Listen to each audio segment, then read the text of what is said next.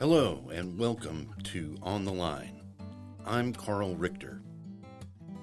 This week's conversation is with Texas Side Interim City Manager David Orr. We talked about his deep Texarkana roots and what's going on in city government. It's part one of a 2-episode series. Next week, I'll speak with Arkansas Side City Manager Jay Ellington. Now, a look at some of the stories we covered this week in the Texarkana Gazette. A federal government agency has decided against changing how U.S. cities are officially defined, keeping the combined Texarkanas among the ranks of Metropolitan Statistical Areas, or MSAs. In March, an Office of Management and Budget Committee recommended that the population threshold for MSA status should be increased from 50,000 to 100,000 in the main cities of each. But in a decision announced July 13th, the OMB chose to maintain the status quo. Keeping the number at 50,000 means Texarkana will remain an MSA, a designation that affects federal funding and makes cities more attractive to new businesses.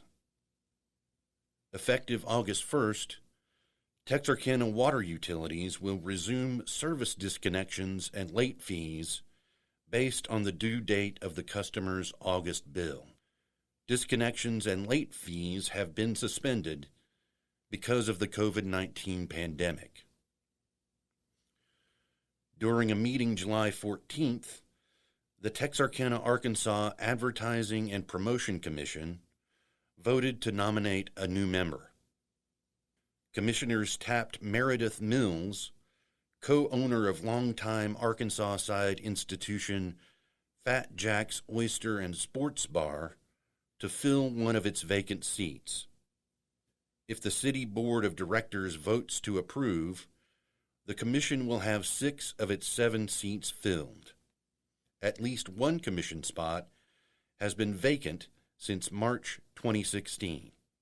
The commission collects and disperses a 2% restaurant tax and a 3% hotel tax that may be spent only on promoting the city to tourists, restaurant patrons, and other visitors. Indictments handed down in Bowie County accuse a couple of sexually abusing their daughter, physically abusing her and her brother, and keeping them in unsafe and unsanitary living conditions. A grand jury issued multiple indictments for William Ashcraft and Mildred Malapelli, who resided in a house on West 26th Street on the Texas side. Both face up to life in prison on some of the charges. After the 22-year-old daughter contacted police in May, officers approached the house. The alleged victim told them that she was kept and abused against her will, according to a probable cause affidavit. She allegedly disclosed that Ashcraft, 66, sexually abused her from age 11 until 2017. That means she was allegedly abused by Ashcraft while a teen living in Bowie County. Ashcraft and Malapelli are both scheduled to appear for arraignment next month. Domtar Corporation announced it will restart a paper machine at its Ashdown, Arkansas mill after a shutdown because of reduced demand during the pandemic. The machine is expected to resume full operation in January. It is expected to produce 185,000 tons of paper per year. On July 15th, Arkansas Governor Asa Hutchinson visited Texarkana as part of a tour to promote COVID-19 vaccination. Hutchinson and Secretary of Health Jose Romero answered attendees' questions, seeking to dispel doubts and misinformation. Vaccine data are available to everyone, and multiple agencies are monitoring their safety, Romero said. The vaccines do not affect fertility or alter the recipient's DNA, and there is no indication that they will cause any harm in the long term, he said. After a break, this week's interview. Subscribe today to the Texarkana Gazette and you'll get an Apple iPad to use at no charge, plus a Sunday paper delivered to your home. Every day you'll get an electronic version of the Gazette downloaded directly to your iPad. It's the ultimate home delivery. No more waiting, wet papers, or going out into the cold. And everything you want, the latest news, puzzles, and coupons, is right there. You can zoom in to make articles easier to read, or have the iPad read them to you aloud. Enjoy full-color photo galleries and embedded video content, and access the Gazette's archives back to 2002. For only $29.99 a month, it's a great deal. Call 870-648-1209. That's 870-648-1209 to subscribe to the Texarkana Gazette today.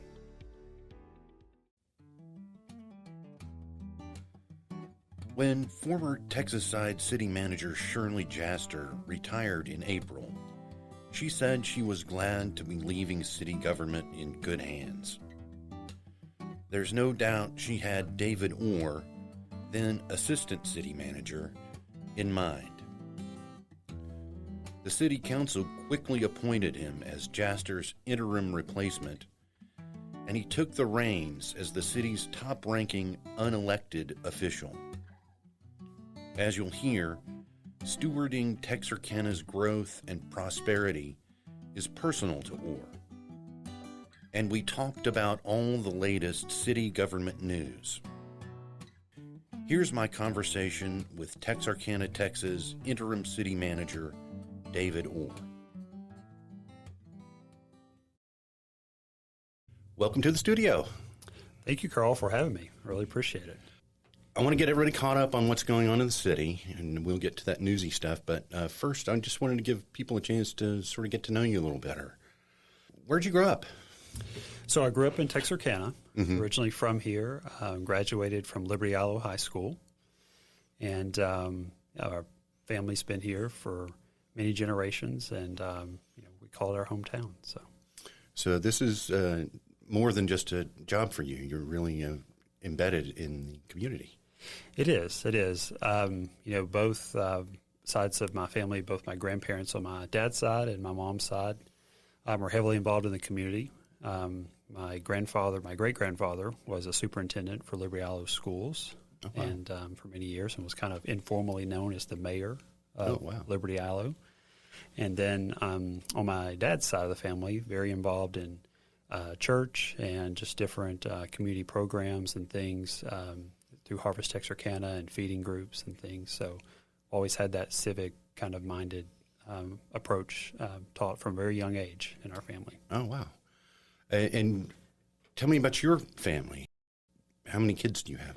So we have three, oh, wow. 7, 4, and 1. And so that's a big part of what I do every day, along with my wife, Laura, to wrangle the kids, but also, too, just to know that everything that I'm doing at the city and from a community standpoint ultimately is to, make our community a better place ultimately for my kids and for others to live. So, how'd you get on this career path? So I went to school at the University of Arkansas and graduated with a degree in political science originally, and then came back after a year of working kind of around the country as an educational leadership consultant, came back to Fayetteville for a master's degree in public administration. And at that point, made contact with the city and then city manager, Dr. Larry Sullivan, and just said, hey, I'm looking for, opportunities like every, college graduate is doing these days. And I told him, I said, I think I can fund my intern position through a grant. It was a federal stimulus at the time back in 2009. Mm-hmm. And so he likes to tell the story. I was one of the only interns that not only asked for a job, but said, hey, I got to bring my own salary to pay for that job. That's a good trick. Yeah. So I did that for 2 years and then moved on to other positions in the city. So how would you describe what a city manager is for people who may not be paying that close attention to city government? Yeah. So first and foremost, the city manager is the leader of about 450 employees, mm-hmm. and that involves everything from our police and fire, public works, parks, water department. And so, the leader, I think, sets the tone for the organization and really tries to drive the mission, vision, and values. So that's something that I'm working on along with the council, is setting some of those mission, vision, and value statements now for the city. But ultimately, the city manager's job is different every day. One day it may be deep into water issues and regional issues that involve our water rights. The next day it's something completely different with public safety. So it's a varying degree, but it's good in that way, and it's never a boring day for sure. And most immediately, you had worked as a city planner in the city planning and what was it called? Development? Right.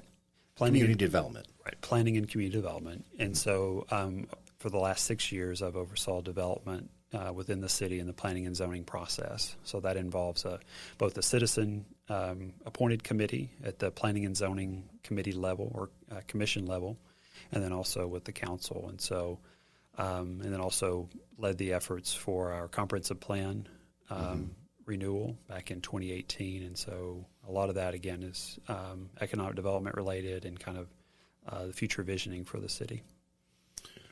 So let's talk about that a little bit. What's coming up in, say, the next 6 months, second half of the year that you've really got at the top of your agenda in City Hall? All right. Well, we have a couple of projects for sure that, have been long-term projects that we're hopefully going to land, the latter half of this year. So one, the Gibson Road Extension project is a big deal north of I-30, and it's important for a backage road connection there. That'll be the final piece of that. And so we hope that that'll provide an additional connectivity, of course, with Wadley making the big announcement and the move out there. That'll help with the infrastructure in that part of town. And then, of course, downtown with our Courthouse Square project that we've been working on the last 5 or 6 years, really, to cobble all the funding together and working with both the Arkansas side and Texas side to make that project happen. So we hopefully will finish that project up here actually sooner rather than later. I'm sure that was delayed a little bit by all the rain. It has been. It's been delayed by the rain. And, anytime, of course, you work in a downtown environment, too, you have the historical nature. And, of course, the bricks and everything were painstakingly pulled up, and now they're being laid back. And so all that takes time. But, yes, we're hoping to finish that project up and have a nice new community space in front of the courthouse.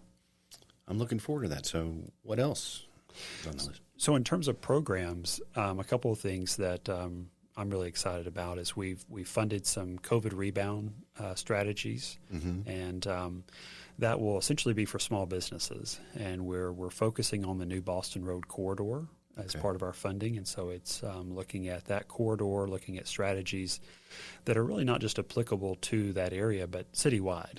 And so it's working with Small Business Development Center and SBA. It's working on loans and grants, and then other marketing efforts and things as we look at sort of a corridor approach as we come out of this, hopefully, come out of the COVID era.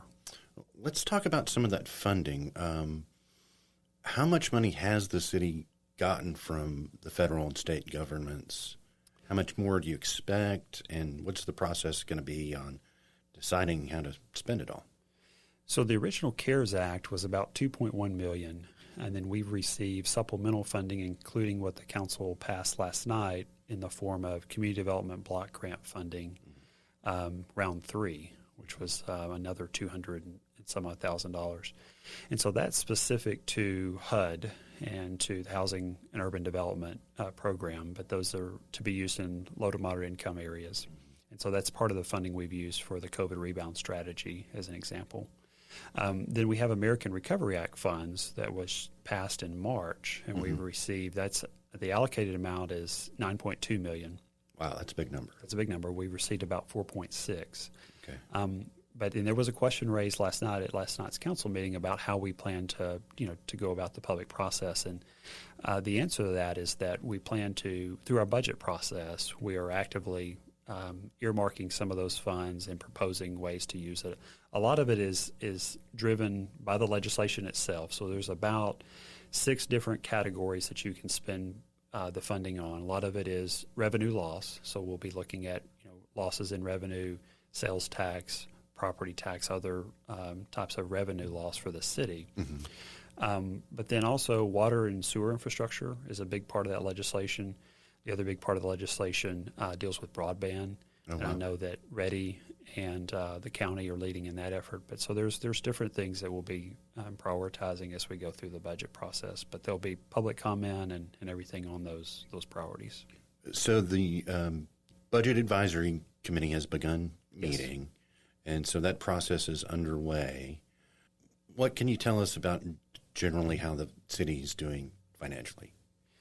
So I think overall the city is in a good financial position. I say that not totally knowing what our total ending fund balance is. As you know, we're still recovering from the cyber attack in December, and we're mostly rebuilt, but we're still finishing up. It's kind of unfortunately, it's a 2-part thing. We're one, trying to finish inputting last year's financials so we can audit last year's financial year, and at the same time rebuilding our budget for next year. And so it's a painstaking process, but our finance team has done a great job. We pulled in extra workers to help with that process. So we're pretty close to that, but we're building a budget that's right now based on 2019. And so what we try to do is go back and at least have a baseline of pre-pandemic numbers. And then we'll have to probably make an adjustment, maybe even into our fiscal year after we pass the budget, to say these were the final numbers, here are the audited numbers. And because, normally it's a very linear process of how you build a budget. We're sort of having to throw in midstream because we have to pass a budget according to our charter by end of September.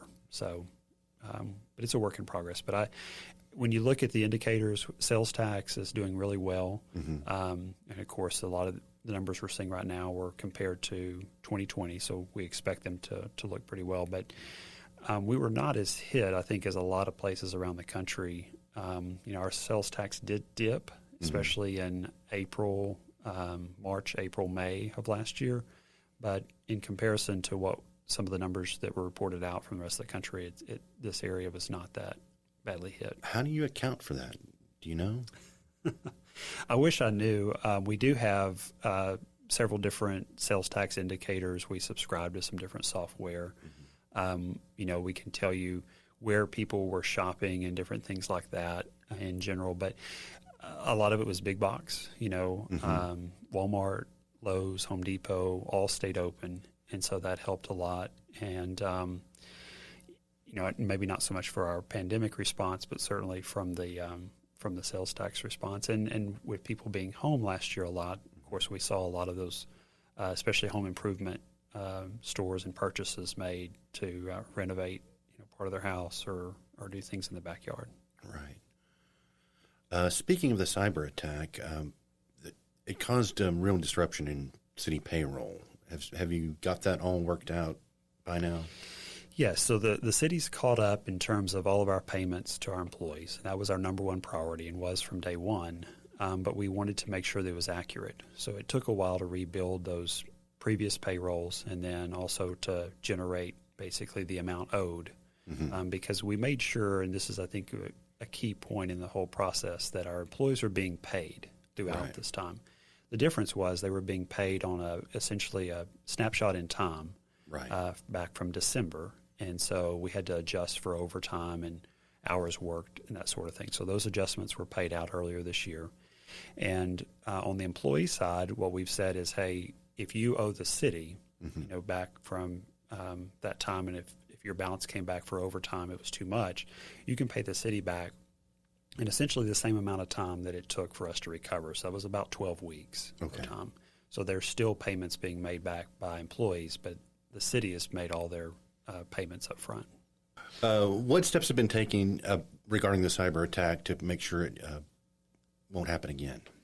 So a couple of things. Obviously, it's a huge priority for us. If it wasn't before, it certainly is now, and it was before. We did a lot of, I think, innovative approaches in the past, but we're going to have to spend more time on this and even more budget funds on this, and it's something that I addressed with the council last night.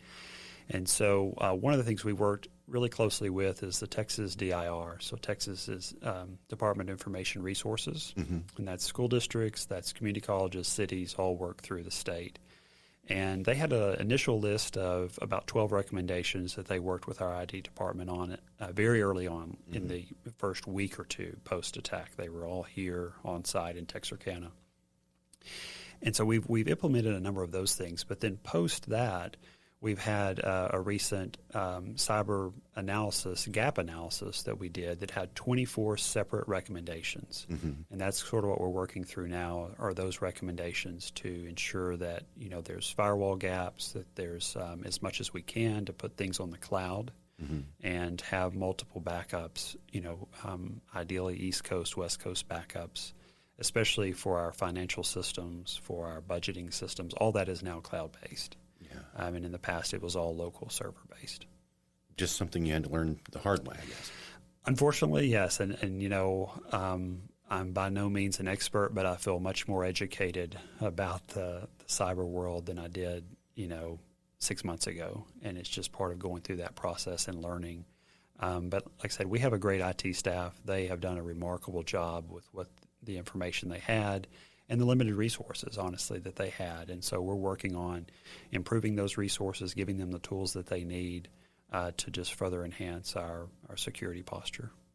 So the third part of that trifecta was the storm in February. How have the city recovered from that? What has city government done to help people get past that? What are the lingering effects? So, it was really the trifecta between three national disaster declarations at once. And so, one of the things from the winter storm is we noticed, obviously, that we have a lot of water and sewer infrastructure that needed repair. And that was not just in Texarkana, but really the region. But we were lucky to maintain water supply the whole time, which was not the case in different parts of Texas. So that first and foremost, we're looking at water and sewer improvements that we can make to our system. The other big hit was with our street infrastructure. And so I think we'll see, going back to your question about lingering effects, we'll see lingering effects, and we have already this spring with increased potholes and increased base failures and things related to some of that winter weather and things that we just didn't really rise to the surface in the past that, unfortunately, all that ice and snow over time has made that a glaring issue. So we're addressing some of those things as well. And some of that will probably show up in the next budget, I guess. Yes, some of that will show up in the next budget. And we're also doing some preparation preventive measures. One of the questions, was, well, why doesn't the city more prepared with snow plows and with, de-icing machines and things like that? And while we work with TxDOT and then RDOT on the Arkansas side to have some of that equipment and have it available, in our region, typically we don't need it every year, right? It's not like Northeast. So, but we are working on trying to secure some of those interlocal agreements and to make sure that we're prepared and have a couple of backups for the next time that, we have a winter storm, because who knows, I could sit here today and say that it won't happen again and then it happens again next year. And so we're working on our emergency preparedness plan and becoming more prepared for winter storms. Yeah, a lot of people think that we're probably going to be seeing more extreme weather events. That's right. In the future. That's right. And I think we've already seen that even if you go past the winter storms and the flooding this year. It's been a lot of very intense rain, which we typically haven't seen. We've seen this amount of rainfall, but it's the intensity and just the period in which it's falling that's really created some capacity issues. If I've heard it once, I've heard it 100 times that we haven't seen, that creek flood in 50 years. And it's true. I mean, but unfortunately we're seeing more of that, and we've seen more of that this year probably than we've seen in the last several decades. So let's talk a little bit about downtown. You mentioned a couple of things. What's the latest on the Grimm? So the Grimm's still moving forward. They, at this point, I think are still working. They had some issues in the basement and some foundation stuff that I think y'all covered, and it's working out pretty well. And so at this point, they're just sort of finishing up some of the floors. The plaster renovation, I was just talking with them this week. They're still working on the lobby and some other areas, kind of finishing up. But yeah, we expect that to be finished by the fall, and so we're excited again about that project and about hopefully the completion. And just all things given, of course, in 2019 when the project started, and then their kickoff event in 2020, we didn't know in January of 2020 all that would have transpired. But I think they've done a pretty remarkable job of keeping everyone together, keeping the labor force going through COVID, and the subcontractors, using a lot of local subs has been very beneficial. And they've commented pretty consistently about how impressed they were with our local employers and just the size and scale of some of our local subs that have really pitched in to help finish the job. Am I right that the city's preparing an economic impact study just to really quantify all those local effects? Yes. So Sarah Kalem was an intern with us from Texas A&M Texarkana. She was actually a German exchange student. And she started that study. Unfortunately, she graduated, or in a good way she graduated, but unfortunately for us, because she was a great intern. And so we are working through an economic impact study to fully quantify the effects and hopefully to showcase this as a model. I've been asked to speak at several different state conferences and different things around the state of Texas, and there's multiple hotel Grimms, right, in every community. And so we hope that this could be a model to show, a way forward for some of those projects. Do you have another hotel Grimm on the horizon that you have in mind? Any?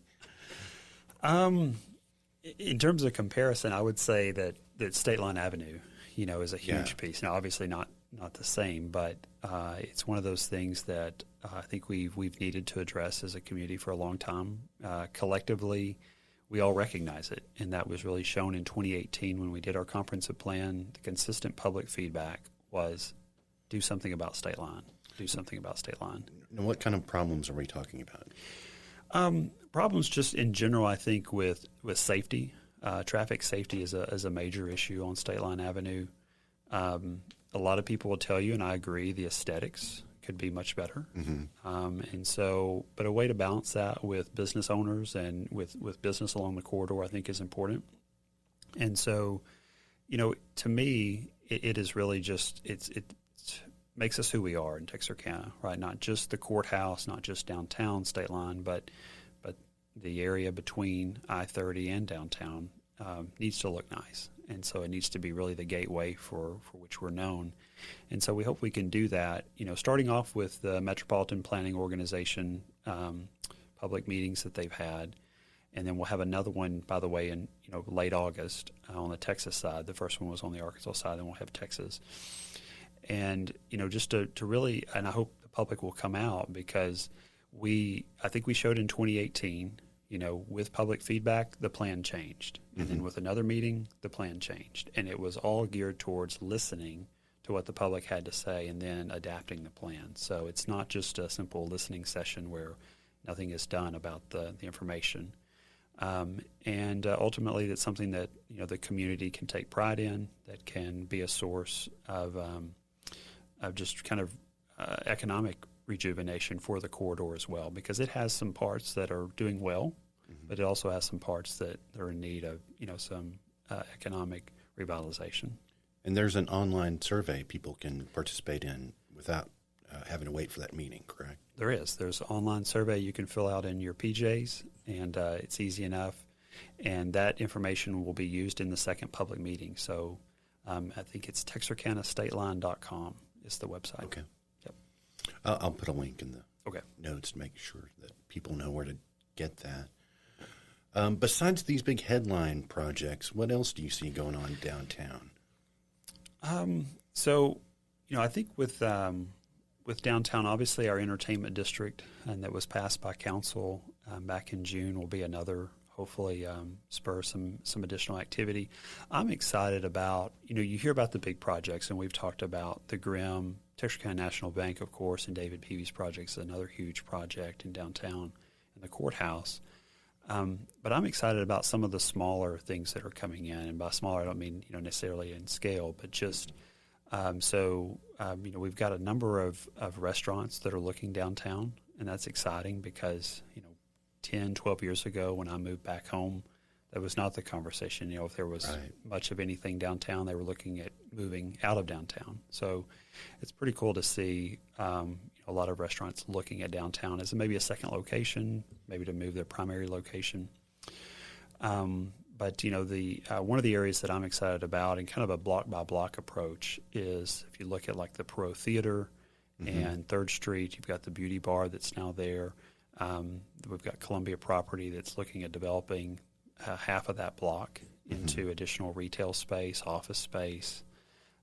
We've got some lofts that are going in as well. So I think there's a lot of activity sort of block by block that's exciting to watch.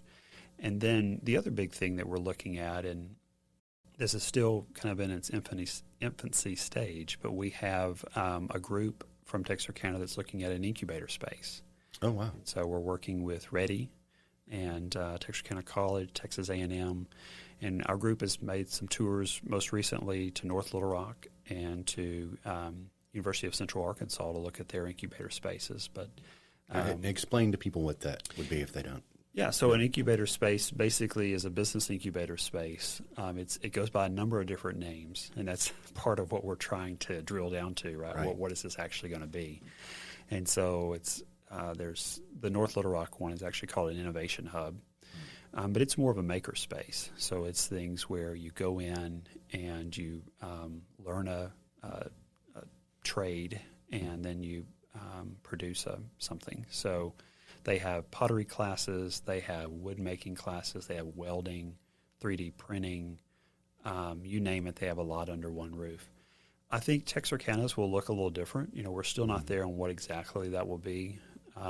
The typical business incubator model, of course, was really more kind of co-working office space. And so I think we'll have a little mix of all those things. Another big need that's come up in our conversations has been the need for kind of a kitchen incubator space, which is, a big thing in other cities. And so we're looking at commercial kitchen space for people that are maybe wanting to launch a new baking company or coffee shop or whatnot. You need some of the basics with a commercial kitchen space. So we're just kind of keeping all options on the table and then see, the best fit for Texarkana, not necessarily to cookie cutter or take something from another city, but to see, kind of do a needs assessment and survey of Texarkana and what works best here. So what have I left out? What else would you like people to know about? I think that's pretty much all I had on my list. Like I said, I think it's an exciting time in Texarkana. It really is. And more than any other time, I think there is a lot of cross cooperation between both cities, and just a lot of things sort of aligning. Things we've talked about, I felt like we've talked about since I was a kid in some regards, that are finally coming to fruition. And there's just a lot of different people out there that are making these things happen. One thing I did want to mention is, Leadership Texarkana's initiative on strategic doing. I think that's been a great framework or a model, whatever you want to call it, to bring like-minded people together to solve issues in the community. And so we've seen that with the courthouse project. We have a strategic doing group that's been kind of leading that effort. The incubator space is another strategic doing group. So just the work that Ruth Ellen Witt and Leadership Texarkana has done, I think, has really been tremendous. But I think more than any time that I've seen in a long time, we have a lot of the right people in the right places on the bus, and everyone seems to be rowing in the same direction, which is exciting to watch. Well, thank you very much for taking a little time to talk with me today. We'll be watching it all and covering it all in the Gazette. All right. And I'll see you a little later down the road. All right. Thank you, Karl, for having me. Sure. Take care. On the Line is a Texarkana Gazette podcast recorded in our newsroom Star Bear Studio, right here in downtown Texarkana, USA. The show was written, produced, and edited by Karl Richter. News stories are based on Gazette staff reports. Texarkana Gazette podcasts are made possible in part by a grant from the Google News Initiative Journalism Emergency Relief Fund. I'll see you next week on The Line.